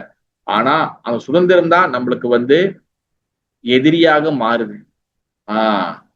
எப்ப வந்து அந்த சுதந்திரத்தை வந்து நம்ம தவறா பயன்படுத்துறோமோ தென் மாயா வில் ஆக்குபை. மாயா வந்து நம்மளை வந்து ஆதிக்கம் செலுத்தும். நம்ம அங்க செய்ய தேவையில்ல, இது செய்ய தேவையில்ல, இதெல்லாம் போய் என்ன பண்ணிக்கிட்டு, இதெல்லாம் வேஸ்ட்டு, இதெல்லாம் நிறைய நடக்கும். அதனால வந்து பாத்தீங்கன்னா நம்மளுக்கு வந்து இண்டிபெண்டன்ஸ், சுதந்திரத்தை சரியா பயன்படுத்தணும். அப்ப வந்து சுதந்திரம் வந்து ஏன் வந்து நம்மளுக்கு வந்து தவறா பயன்படுத்துறோம், காரணம் என்ன? ஆக்சுவலி இதெல்லாம் வந்து பாத்தீங்கன்னா ஒரு கேள்வி கேட்டு நீங்க நம்ம டிஸ்கஸ் பண்ணி அப்புறம் வந்து என்னது பேச வேண்டிய விஷயங்கள் நிறைய. ஆனா வந்து பாத்தீங்கன்னா டைம் இப்ப நான் கேட்டேன்னா ஒன்னு நம்ம கேட்கணும். ஆனா கேட்பறேன், ஆனா நான் கேட்பேன் கண்டிப்பா. நம்ம டிஸ்கஸ் பண்ணி போகலாம் நம்ம. ஓகேவா? டைம் ஆனா பிரச்சனை, அடுத்தடுத்த நோட்ஸ்ல வந்து நம்ம அடுத்தடுத்த கிளாஸ்ல நம்ம டிஸ்கஸ் பண்ணலாம். ஓகே, இப்ப இந்த முதல் விஷயம் வந்து என்னன்னா, நம்ம சுதந்திரத்தை வந்து நம்ம தவறா பயன்படுத்துறோம். வாய், எதனால நம்மளோட சுதந்திரத்தை வந்து நம்ம தவறா பயன்படுத்துறோம், என்ன காரணம்? ஈவன் நம்ம வந்து பாத்தீங்கன்னா பக்தி பாதைக்கு வந்தும், நம்ம வந்து பக்தி பாதைக்கு இப்ப வந்து இருக்கிறோம், இல்ல பக்தி பாதை வராத பொதுமக்களும் சரி, ஏன் வந்து சுதந்திரத்தை தவறா பயன்படுத்துறாங்க? சுதந்திரம்னா உங்க கையில இருக்கு, நீங்க என்ன வேணா பண்ணலாம். ஏன் சில சமயத்துல நம்ம சுதந்திரம் தவறா பயன்படுத்துது? மண்டை ஏன் சில சமயத்துல திடீர்னு வந்து வேற மாதிரி யோசிக்குது? நல்லா பக்தி பண்ணிட்டே இருப்போம், திடீர்னு மைண்டு கோலர் ஆகுது, திடீர்னு ஒரு கொஞ்ச நேரத்துல ஒரு செகண்ட் கணக்குல நம்மளுடைய மனசு வந்து கலங்கம் அடைஞ்சு தவறான விஷயம் செய்யுது. வாய், என்ன காரணம்? ட்ரை பண்ணலாம், ஒரு கருத்துக்களை சொல்லலாம். பாலாகிருஷ்ணன் மத சொல்லுங்க மதிய. புலன் இன்பத்துக்காக. அதான் மதி, ஏன் புலன் இன்பத்துக்கு போகுது? ஏன் இண்டிபெண்டன்ஸ் வந்து டக்குன்னு ஏன் மைண்ட் மாறுது? வாய், புலன் போகுது, ரைட்டான பதில் தான் மதி. ஆனா ஏன் போகுது? மாயா மாதாஜி பிரபு. மாயா மதி சொல்லுங்க, தரணி மதி. மாயானாலதான் நம்ம. ஓகே, மாயானால. ஓகே, மதன பிரியா மாதாஜி. நம்மளோட desire Prabhu. Yes, desire. Okay, very good. Shekar Prabhu, Shekar Prabhu. சாது சங்கம். கிட்டத்தட்ட வந்துட்டார் பிரபு. அதாவது நம்ம ஏன் வந்து இண்டிபெண்டன்ஸ் சுதந்திரத்துக்கு வெரி குட் பிரபு, நல்லா கிட்ட வந்துட்டீங்க. ஏன் வந்து நம்ம வந்து சுதந்திரத்தை தவறா பயன்படுத்துறோம்னா, ஃபர்ஸ்ட் ரீசன், முதல் ரீசன் வந்து என்னதுன்னா, we not listen பரமாத்மா வாய்ஸ். நம்ம வந்து பரமாத்மாவுடைய வாய்ஸ், நம்மளோட உள்ளுக்குள்ள இருக்க பரமாத்மாவோட வாய்ஸ் நம்ம கேட்கறது இல்லை. நம்ம வந்து நம்ம யாரோட வாய்ஸ் நம்ம மனசுல கேக்குது? மாயாவோட வாய்ஸ். மாயாவோட பேச்சு தான் நமக்கு உடனே கேட்கும். இத பண்ணிடு, ஒரு வாட்டி தானே, என்ன நடக்க போகுது? உள்ளுக்குள்ள பரமாத்மா பேசுற வாய்ஸ் வந்து இப்படி ஸ்லோவாயிரும். மாயா பேசுறது வாய்ஸ் தான் பெருசா இருக்கும். ஒரு வாட்டி தானே, யாரு கேட்க போறா, யாரு பண்ண போறா, யாரு வந்து பார்க்க போறா, ஒரு வாட்டி தானே, பண்ணிரு பண்ணிரு பண்ணிரு சொல்லு. கரெக்டா இல்லையா? அப்ப என்ன பண்ணும்? பரமாத்மா உள்ளுக்குள்ள, பகவான் பரமாத்மா உள்ளுக்குள்ள இருக்கிறாரு, அந்த அறியாமையா உள்ளுக்குள்ள இருக்கிறார். பகவானோட பரமாத்மா பேசுற வாய்ஸ் ஸ்லோவாயிரும். மாயோட பேசுறதுதான் வந்து அதிகமா இருக்கும். வாய் இது நடக்குதுன்னா நம்ம வந்து குருவோடைய சப்தத்தை கேட்கறது இல்லை, ஆச்சரியோட வார்த்தைய, குருவோட சப்தத்தை கேட்கறது இல்லை, குருவோட பேச்சை கேட்க, குருவோட அந்த வாய்ஸை கேட்கறது இல்லை. அதான் பாத்தீங்கன்னா நஷ்ட பிராவதேசு அவரதேசு நித்தியம் பாகவத சேவையா. எப்பவுமே பகவானுடைய கதைகளை, பாகவத கதைகளை, பகவானுடைய கதைகளை கேட்டுக்கொண்டே இருக்க வேண்டும். எவ்வளவு தினந்தோறும் எப்பவும் கேட்கணும். அப்பதான் வந்து என்னன்னா ஆச்சாரியார். உதாரணம் சொல்லுங்களேன், இப்ப நம்ம வந்து உதாரணத்துக்கு உதாரணம் இல்ல, ஒரு ஸ்லோகம் இருக்குல்ல, சிரவணம் கீர்த்தனம் இருக்குல்ல. சிரவணம்னா கேட்குது, கீர்த்தனம்னா சொல்லி என்னது, யாருக்கு கரெக்டா புரிஞ்சுக்க பார்க்கலாம். கீர்த்தனம் வந்து என்ன என்ன என்ன நினைக்கிறோம் நம்ம? கீர்த்தனம்னா என்னது? பாடுறது. ஓகே, ஆக்சுவலி வந்து கீர்த்தனம் வந்து பார்த்துட்டோம்னா பாடுறது. ஓகே, அது வந்து உண்மையில அது நல்ல ஆன்சர் தான், ஜெனரலா நம்ம புரிஞ்சுக்கிட்டேன். கீர்த்தனம்னா வந்து என்னன்னா சிரவணம், நல்லா கேட்கணும். சிரவணம் கேட்கறது முதல் அதான் வரும். சிரவணம், கீர்த்தனம், ஸ்மரணம் வரும்ல. கீர்த்தனம்னா வந்து என்னதுன்னா வெறும் பாடுறது மட்டும் இல்ல, ஹரிக்கதை. நம்ம பேசுறோம், நான் பேசுறேன், நீங்க கேக்குறீங்களா, இதுவும் கீர்த்தனம் தான். ஓகேவா? அப்ப குரு வந்து கீர்த்தனம் பண்ணணும். எப்படி பண்ணணும்னா, குருவோட வாய்ஸ் வந்து நம்ம காதுக்குள் உள்ள போய் அது உள்ளுக்குள்ள கீர்த்தனம் பண்ணணும். குருவோட கதைகள், குருவோட ஆச்சாரியர்களோட, ஆன்மீக சாது குரு வைஷ்ணவனுடைய இந்த வாய்ஸ் உள்ள போய் அது உள்ளுக்குள்ள காதுக்குள்ள கீர்த்தனம் பண்ணணும். அந்த கீர்த்தனம் பண்ணும் போது அந்த கீர்த்தனை என்ன, மூளை, மண்டை, மனசு எல்லாம் உள்ளுக்குள்ளே போய் அது எல்லா இடத்துலயும் கிருஷ்ணருடைய நாமத்தை, கிருஷ்ணருடைய ரூபத்தை, கிருஷ்ணருடைய லீலைகளை வந்து எல்லா இடத்துலயும் ஃபுல் பண்ணிடும். உதாரணத்துக்கு நான் சொல்றேன், காலையிலேயே நீங்க ஏஞ்சிருக்கிறீங்க, கிச்சன் போயிட்ட, கிச்சன்ல வந்து ஒரு சின்ன ரேடியோ ஒன்று வச்சிருக்கீங்கன்னு வச்சுங்களேன், இல்ல வீட்டுல ஒரு சின்ன ரேடியோ இருக்கு, நீங்க அப்படியே ஒரு ஆர்டிஎம்மோ இல்ல டிஹெச்ஆராகவோ இல்ல என்ன மின்னல் எஃப்எம்மோ என்ன உங்களுக்கு ஓசையோ ஏதோ சம்திங் ஒரு பாடல் தொடர்ந்து விட்டீங்க. அந்த காலையே உங்களுக்கு வந்து பாடல் ஒண்ணு கேட்கறீங்க. அந்த பாடல் என்ன பண்ணும், அது உள்ளுக்குள்ள போய் உங்க மூளைக்குள்ள போய் அது வந்து மண்டே ஃபுல்லா வந்து அந்த பாடல் ஒழிச்சுக்கிட்டே இருக்கும். நீங்க அப்ப வந்து வேலைக்கு போனாலும் சரி, ஆஃபீஸ் போனாலும் சரி, அதுக்கப்புறம் வந்து அந்த ரேடியோ அடிச்சு போட்டாலும் சரி, அந்த பாடல் வந்து உங்களுக்குள்ள ஒழிச்சுக்கிட்டே இருக்கும். நைட் ஆவது கூட சில சமயம் வரைக்கும் இருக்கும். அந்த நாள் ஃபுல்லா அந்த பாடல் வந்து அதுக்குள்ள இருக்கும். இதுதான் வந்து பாத்தீங்கன்னா நம்மளுடைய அந்த சப்தம் வந்து நம்ம மனசு, மூளை எல்லாத்தையும் அதாவது இது பண்ணும். அதனாலதான் வந்து பாத்தீங்கன்னா குருவோட பேச்சை வந்து எப்பவுமே கேட்கணும். அப்பதான் நம்ம வந்து பரமாத்மா பேசுறது அதிகமா கேட்கும், மாயாவோட ஆதிக்கம் குறையும். ஓகேவா? அப்ப நம்ம மாயாவோட பிடியில இருந்துமே ஆனால், குருவோட பேச்சை கேட்காம மாயாவோட பிடியில இருந்துமே ஆனால், நம்ம வந்து ரெண்டு விஷயங்களை செய்வோம். மாயாவோட பிடியில இருந்தா நமக்கு ரெண்டு விஷயம் நடக்கும். ஒண்ணு வந்து என்னது, ராகா, ஒண்ணு துவேஷா. ஒண்ணு ராகா, ஒண்ணு துவேஷா. ராகானா வந்து பாத்தீங்கன்னா இது எனக்கு பிடிக்கும், இது எனக்கு பிடிக்கும், இது எனக்கு பிடிக்கும், இது எனக்கு பிடிக்கும். துவேஷானா இது எனக்கு பிடிக்காது, இது பிடிக்காது, எனக்கு பிடிக்காது. நம்ம பார்ஷியாலிட்டி பார்ப்போம். பார்ஷியாலிட்டினா பாத்தீங்கன்னா வேறுபாடுகள் பார்க்க ஆரம்பிப்போம். இது மாயால இருக்கும் போது நம்ம வேறுபாடு பார்க்க ஆரம்பிப்போம்.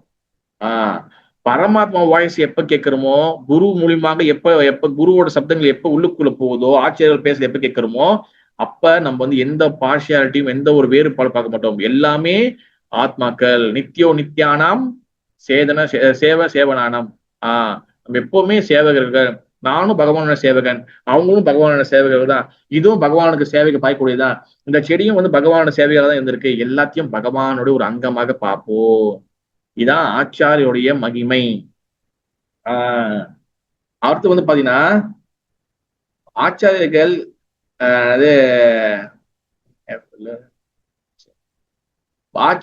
ஆச்சாரியர்கள் இருக்காங்களா, குருமார்கள் இருக்காங்களா, அவங்க எந்த வகையான வேறுபாடுகளும் பாக்குறது இல்ல. வித்யா வினய சம்பனே பிராமணே கவி அஷ்டினி சுனிச்சைவ சுவாபாகேச்சா பண்டிதா சமதர்ஷனா. ஆச்சாரியர்கள் குருமார்களும் பாத்தீங்கன்னா நாயை தின்பவனோ பிராமணனோ ஒரு மாடோ இது எல்லாத்தையும் சமநோக்குல பாக்குறாங்க. எப்படி அந்த குவாலிட்டி அவங்களுக்கு வருது?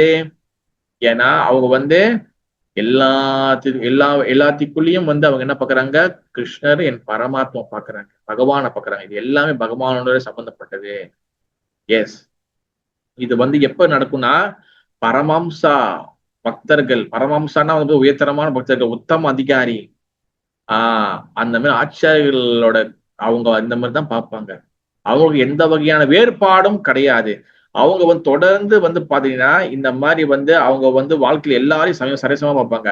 அவங்க கூட நம்ம சங்கம் கொள்ளும் போது தென் நம்மளுக்கும் அந்த குவாலிட்டி அந்த தகுதிக்கு வரும். அதனாலதான் ஆச்சாரியர்களை வந்து பகவான் கிருஷ்ணன் சொல்றானா, என்னை எப்படி மதிக்கிறீங்களோ அதே போல ஆச்சாரியர்களையும் குருமார்களையும் மதிக்கணும். அப்பதான் அந்த குவாலிட்டி நம்மளுக்கு கிடைக்கும்.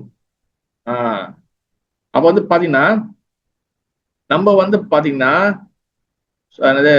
But so many understand Krishna. நம்ம வந்து நிறைய பேர் வந்து பாத்தீங்கன்னா நிறைய சாஸ்திரங்கள் புஸ்தகங்கள் இதெல்லாம் படிக்கிறாங்க. ஆனா அவங்க வந்து பகவானை புரிஞ்சு கொள்ள முடியாது. ஓகேவா?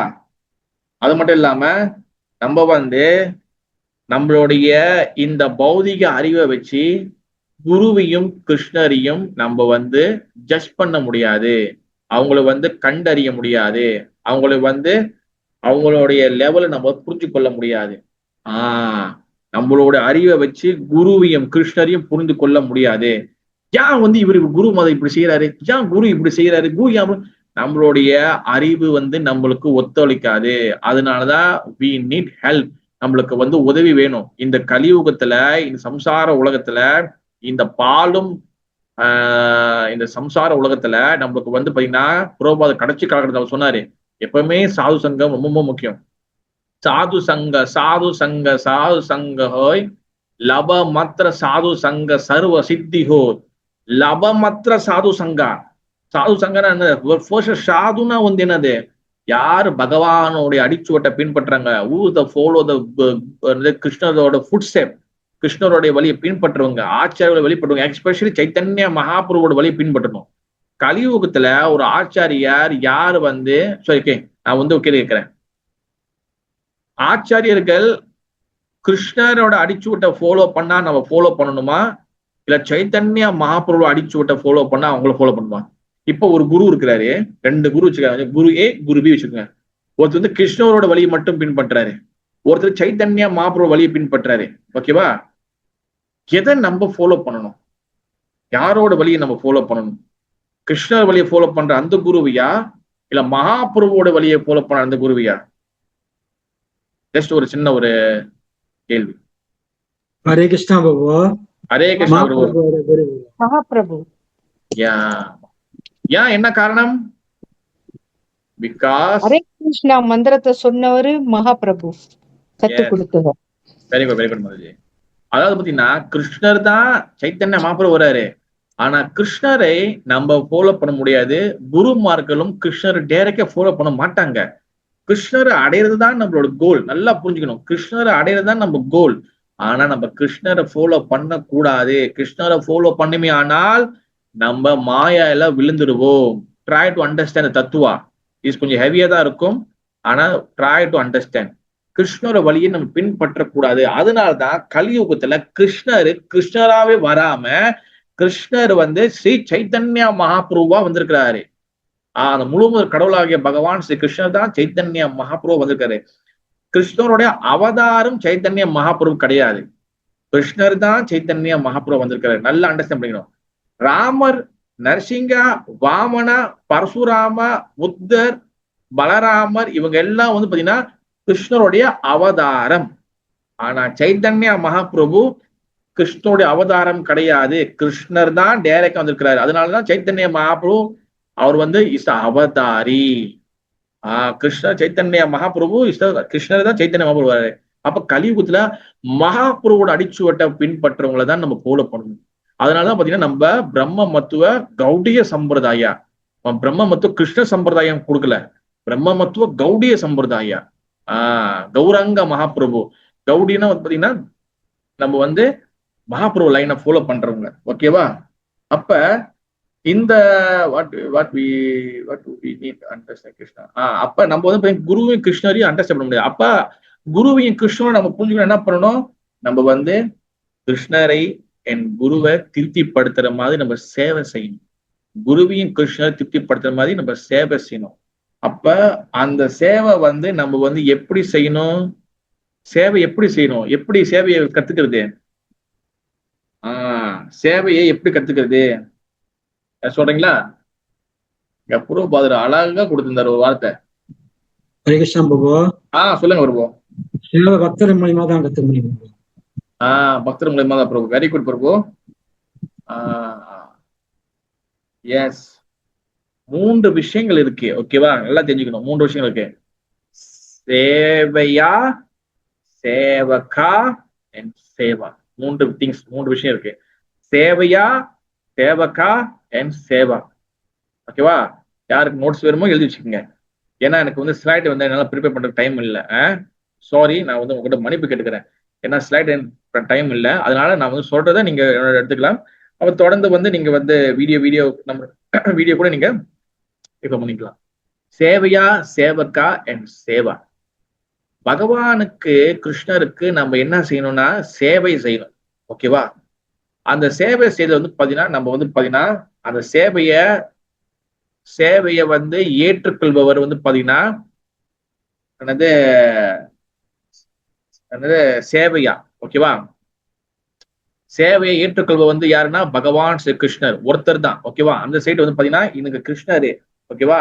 இங்க வந்து இந்த சைடு வந்து சேவை செய்யறவங்க. அப்ப நடுவில் அவங்க என்ன பண்றாங்க? சேவையை கொடுக்குறாங்க. அப்ப வந்து கிருஷ்ணர் வந்து பாத்தீங்கன்னா அவரு பேர் தான் சேவையா. சேவையானா கிருஷ்ணரு சேவையெல்லாம் ஏற்றுக்கொள்வார். நம்ம கொடுக்க சேவையை ஏற்றுக்குவாரு. இப்ப என்ன நடுவில் என்ன இருக்கு? சேவை செய்யறோம். ஓகேவா? இது வந்து யாருன்னா சேவை கொடுக்குறாங்க. அவர் பேர் வந்து பாத்தீங்கன்னா சேவகா. அப்ப சேவையை கொடுக்குறவங்க பேர் வந்து சேவகா, சேவையை வாங்குறவங்க பேர் வந்து பாத்தீங்கன்னா சேவையா. அப்ப நடுவில் நம்ம என்ன பண்றோம்? சேவை செய்யறோம், பகவானுக்கு சேவை செய்யறோம். அதனாலதான் சேவையா, சேவகா அண்ட் சேவா. 3 விஷயங்கள் ரொம்ப முக்கியம். அப்ப நம்ம வந்து சேவையை எப்படி நம்ம செய்யணும்னா நம்ம சொந்த ஐடியால செய்ய முடியாது. இந்த சேவக்கா இருக்காங்களா, பகவானுக்கு சேவை செய்யறாங்களா, இந்த சேவக்கா தானே பகவானுக்கு சேவை செய்யறாங்க. அப்ப இந்த சேவக்கா கிட்டே இருந்து நம்ம கத்துக்கணும். சேவக்கான்னா என்ன அர்த்தம்னா சேவை உண்மையான அன்போட கலந்து சேவை செய்யறவங்க தான் சேவக்கான்னு சொல்லுவாங்க. அப்படிப்பட்ட ஆன்மீக ஆச்சாரிய குருமார்கள் அவங்க வந்து பாத்தீங்கன்னா அவங்க தான் சேவக்கா. அவங்க கிட்டே இருந்தா நம்ம இந்த சேவையை எப்படி செய்யறதுன்னு கத்துக்கணும். அந்த சேவிஸ் வந்து அவங்க எப்படி செய்யறாங்கன்னா சேவிஸ் வந்து பகவானுக்கிட்ட செய்யறாங்களா, ஆச்சாரிய செய்யறாங்களா, அது எப்படி செய்யறாங்கன்னா ஆத்மா ரீதியாக செய்யறாங்க, உடம்பு ரீதியாக சேவை செய்யறது கிடையாது. இப்ப நம்ம வந்து உடம்பு ரீதியாக சேவை செய்யறோம். ஆனா அது எதை பியூரிஃபை பண்ணுது? நம்ம உள்ளுக்குள்ள மனசெல்லாம் பியூரிஃபை பண்ணி உண்மையான ஆத்மாவை வந்து பகவானுக்கு வந்து சேவை செய்யறதுக்கு கொண்டு போகுது. இதுதான் ஆச்சாரிகள் செய்யறாங்க. இது கொஞ்சம் கஷ்டமா இருக்கும். Try to understand slowly. ஓகேவா? இது வெரி டஃப்பான டாபிக். ஓகேவா? சேவிஸ் வந்து பாத்தீங்கன்னா நம்ம வந்து உடம்பு ரீதியா செய்யறோம். ஆனா இந்த உடம்பை யூஸ் பண்ணி இந்த சேவை வந்து எதுக்கு வந்து எந்த விஷயத்துக்கு நம்மளுக்கு வந்து இன்பத்தை கொடுக்கும்? நம்ம சேவிஸ் செய்யறோம். இந்த சேவை வந்து நம்மளுக்கு வந்து சந்தோஷம் வந்து நம்மளுக்கு வந்து எங்க கொடுக்கும்? ஆத்மாக்கு சந்தோஷம் போகுமா இல்ல உடம்புக்கு சந்தோஷம் போகுமா? ஆத்மாக்கு சந்தோஷம். ஆத்மாக்கு சந்தோஷம் போகும். இதான் ரொம்ப கரெக்டா அண்டர்ஸ்டாண்ட் பண்ணும். அப்ப அந்த சேவையா இருக்கிறால சேவக்கா, குரு சேவக்கா, பகவான் சேவையா, நடுவில் சேவை. இது எல்லாமே வந்து பாத்தீங்கன்னா ஆத்மா பிளாட்ஃபார்ம், நாட் பாடி பிளாட்ஃபார்ம். இது எல்லாமே ஆத்மா ரீதியான சேவைகள், உடம்பு ரீதியான சேவைகள் இல்ல. உடம்ப பாய்ச்சி நம்ம சேவை செய்யறோம். ஆனா அது வந்து எந்த அடிப்படையில செய்யப்படுதுன்னா ஆத்மா அடிப்படையில செய்யப்படுது. அதனாலதான் ஆச்சாரியர்கள் என்ன சொல்றாங்கன்னா, நான் இந்த உடம்பு இல்ல, நான் வந்து ஆத்மா ஆத்மா ஆத்மா. ஏன் செய்யறான்னா, நம்ம இந்த உடம்பு என்ற விஷயத்த மறந்தாதான், ஆத்மா என்ற விஷயத்த நம்மளுக்கு வந்து புரிஞ்சாதான் நம்ம சேவை செய்யும் போது பகவான் கிட்ட கனெக்ட் பண்ண முடியும். ஏன்னா பகவான் வந்து பரமாத்மா, நம்ம ஆத்மா. பகவான் வந்து பாத்தீங்கன்னா விபு, பெரியவர், நம்ம அணு, சின்னவங்க.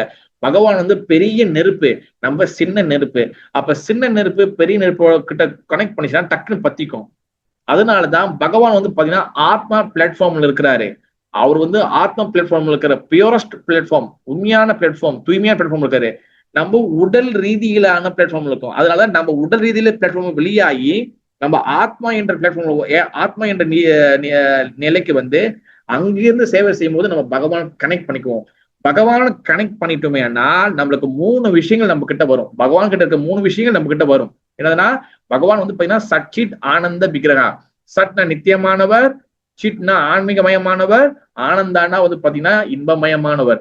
அப்ப அந்த அவர் பகவான் வந்து ஆன்மீக பிளாட்ஃபார்ம்ல இருக்காரு, ஆத்மா பிளாட்ஃபார்ம்ல இருக்காரு. அப்ப நம்மளும் இந்த உடல் இல்ல, நானும் ஆத்மான்னு சொல்லி உணர்ந்த பிறகு நம்மளுக்கு பகவான் கிட்ட கனெக்ட் பண்ண பிறகு பகவானோட 3 விஷயங்கள் நம்ம கிட்ட கனெக்ட் பண்ணோம். சட் சிட் ஆனந்த, நம்மளும் நித்தியமான ஆயிடுவோம், நம்மளும் சிட்னா ஆன்மீகமயமான ஆயிடுவோம், நம்மளும் ஆனந்த, நம்மளுக்கு பகவானோட உண்மையான ஆனந்தம் கிடைக்கும். அதுதான் வந்து பாத்தீங்கன்னா கிருஷ்ண பிரேம பக்தி. இது வந்து உங்களுக்கு வந்து ஒரு முடிஞ்சிருக்க புரியுமா சொல்லிருக்கு. இதுதான் வந்து பாத்தீங்கன்னா ஆத்மா பிளாட்ஃபார்ம். ஏன் ஆத்மா, நான் இந்த உடம்பு இல்ல, நான் இந்த உடம்பு இல்ல, நான் ஆத்மா ஆத்மா ஏன்னு புரிய வைக்கிறாங்க ஆச்சாரியர்கள்.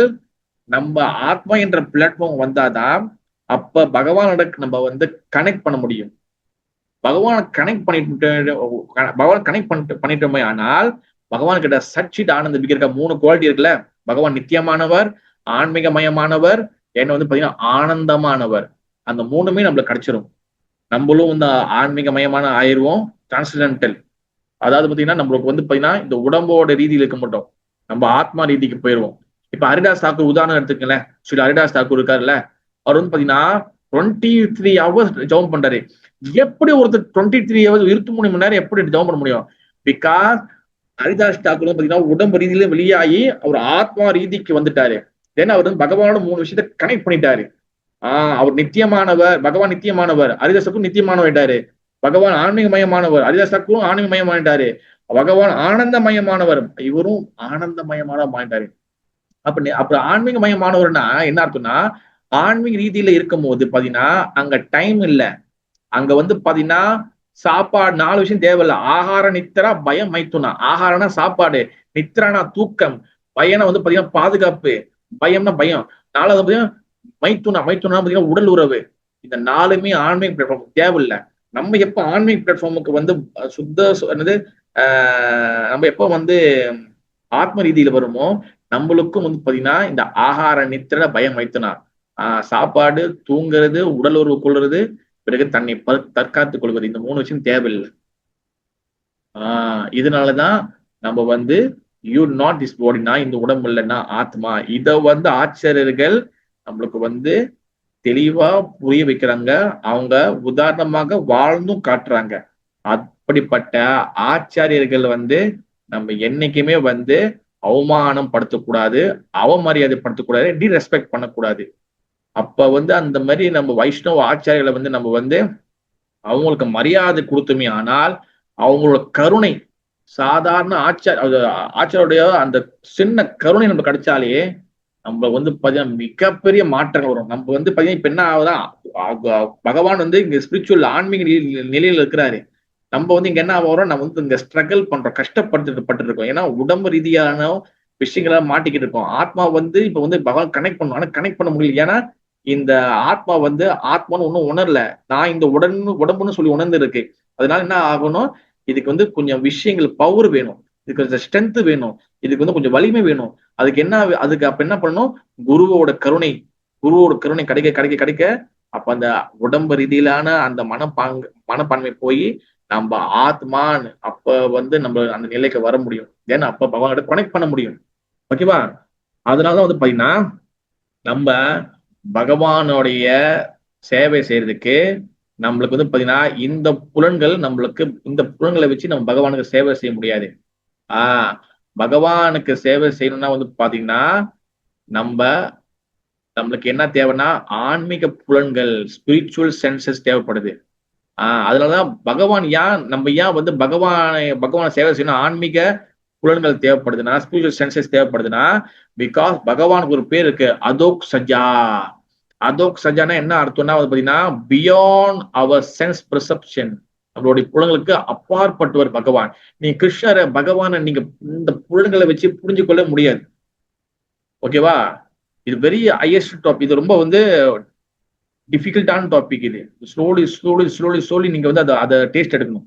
அப்போதான் வந்து நம்ம வந்து இது வந்து இது பண்ணுவோம். இது பாத்தீங்கன்னா இப்ப நான் ஒரு அரை பேஜ் தான் பேசியிருக்கேன். ஒண்ணு பாத்தீங்கன்னா இந்த பேச்சு இருக்கு, இது இருக்கு, இன்னும் இது இருக்கு. அப்படியே ஒரு டாபிக்கா போகும் நம்மளுக்கு. இது என்னன்னு இதெல்லாம் வந்து பாத்தீங்கன்னா ஆச்சாரியர்கள் வந்து நம்ம எப்படி நம்மளை ரெடி படுத்துறாங்க, நம்ம என்ன இதுல மாட்டிருக்கோம். சும்மா எடுத்து கௌதம் சொல்லி பேசுறது இல்ல Harikatha. So much details, so much உள்ளுக்குள்ள வந்து அவ்வளவு டீடைல் இருக்கு. ஓகேவா? இதுல வந்து இன்னொன்னு விஷயம் சொல்றாங்க என்ன பாத்தீங்கன்னா, பை மெட்டீரியல் சென்ஸ், இந்த பௌதிக புலன்களை வச்சுக்கிட்டு நம்ம பகவானை புரிஞ்சு கொள்ள முடியாது. ஏன்னா பகவான் வந்து நம்ம புலன்களுக்கு அப்பாற்பட்டவர். அப்ப நம்மளுக்கு பகவானுக்கு சேவை செய்யறதுக்கு அட்லீஸ்ட் நம்மளுக்கு இப்ப இந்த உடம்பு வச்சு சேவை செய்யறோம்.